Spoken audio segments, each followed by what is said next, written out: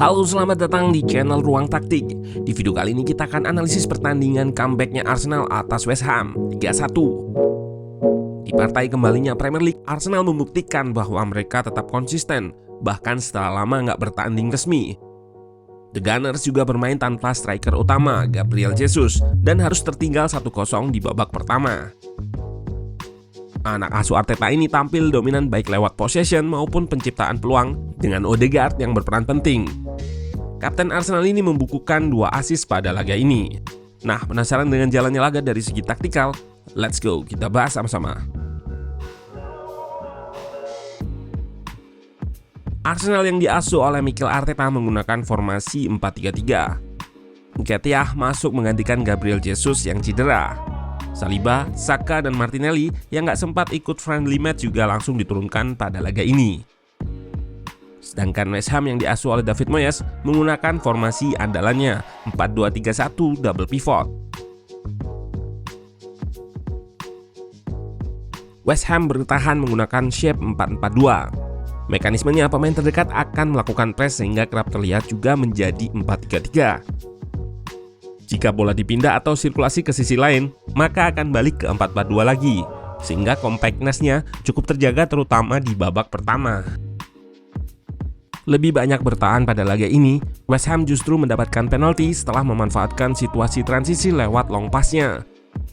Selain punya keunggulan duel di udara, Antonio serta Bowen mempunyai kecepatan yang mampu merepotkan Arsenal. Bowen dilanggar karena tackle yang telat.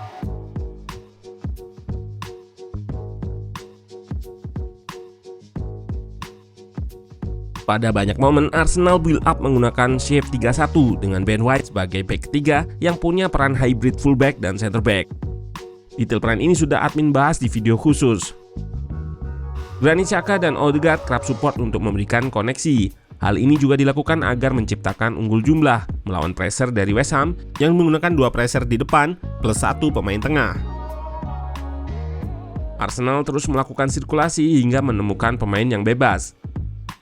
Karena itu Nketiah drop pada banyak momen untuk membuat central overload dan membantu proses build up. Pada posisi pivot, seperti Zinchenko, Tierney invert ke tengah dan membentuk pivot dengan Partey untuk mencoba membuka opsi progresi ke tengah. Shape Arsenal berubah dari 3-3-4 ke 2-3-5 dengan Odegaard menjadi konektor.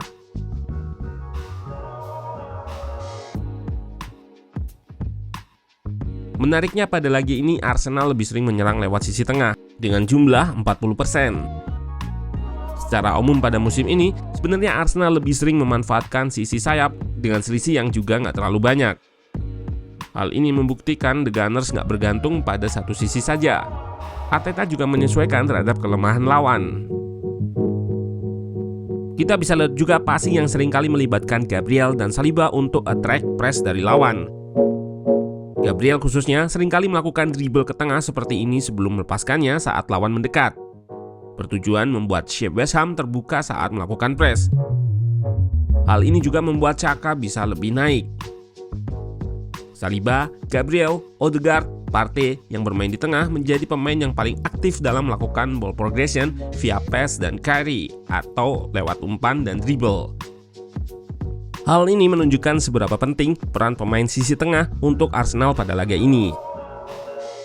Odegaard mempunyai peran krusial atas kenapa Arsenal menyerang lewat sisi tengah. Kombinasi 1-2-nya di sisi kanan bisa membuka akses ke tengah. Dan trupasnya mampu membahayakan West Ham. Pada grafik bikinan Markstad, setiap Odegaard memegang bola, chance Arsenal untuk mencetak gol meningkat.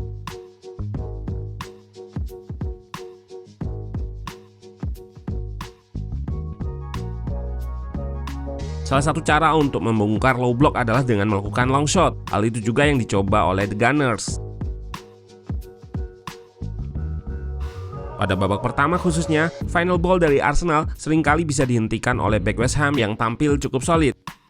Hal itulah yang dicoba ditingkatkan oleh Arsenal pada babak kedua.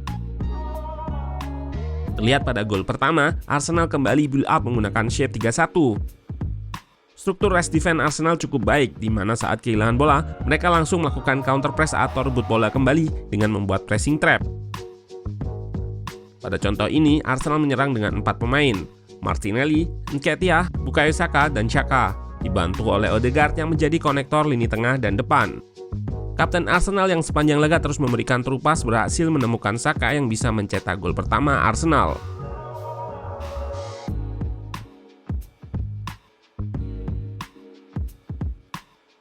Sebagai fullback hybrid, Ben White jarang melakukan overlap. Namun di beberapa momen ia melakukannya sehingga positioningnya kerap nggak terdeteksi. Pada gol kedua, Ben White ikut berperan. Saka memenangkan duel melawan Declan Rice dan Arsenal bisa melakukan serangan. Karena ini situasi transisi, ada gap di tengah yang bisa dimanfaatkan Arsenal untuk menggeser defensive shape dari West Ham. Arsenal juga membuat keunggulan jumlah dengan Ben White yang overlap melawan backline dari West Ham 5 versus 4. Martinelli menerima umpan dari Xhaka dan berhasil mencetak gol dengan kaki terlemahnya. Diarahkan ke tiang dekat, harusnya Fabianski mampu menahan dengan kakinya.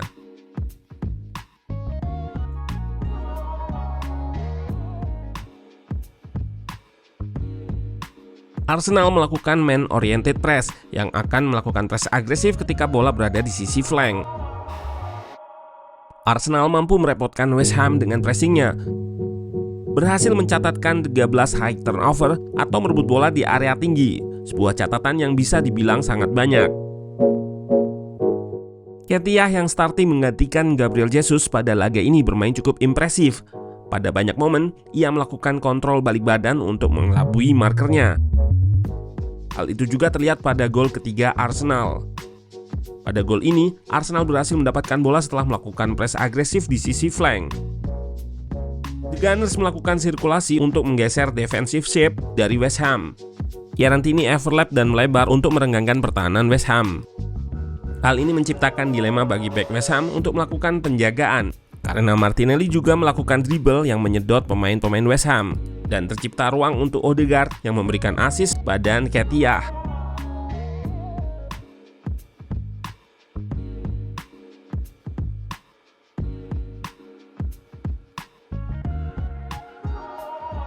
Odegaard yang menjadi man of the match pada laga ini mengakhiri pertandingan dengan attacking sequence involvement atau keterlibatan dalam fase menyerang terbanyak dengan jumlah 11. Kemenangan ini membuktikan konsistensi Arsenal setelah harus libur cukup lama akibat adanya World Cup 2022. Eddie Nketiah yang menggantikan Gabriel Jesus juga mampu menjalani laga cukup baik dengan mencetak 1 gol. Pun begitu akan sangat riskan jika mengandalkan striker muda ini, karena di beberapa momen decision making yang dilakukan Nketiah masih kurang. Kabarnya Arsenal mengincar Mykhailo Mudryk dan Joao Felix di Januari ini. Menarik untuk kita tunggu apakah mereka akan bergabung dengan Arsenal atau enggak.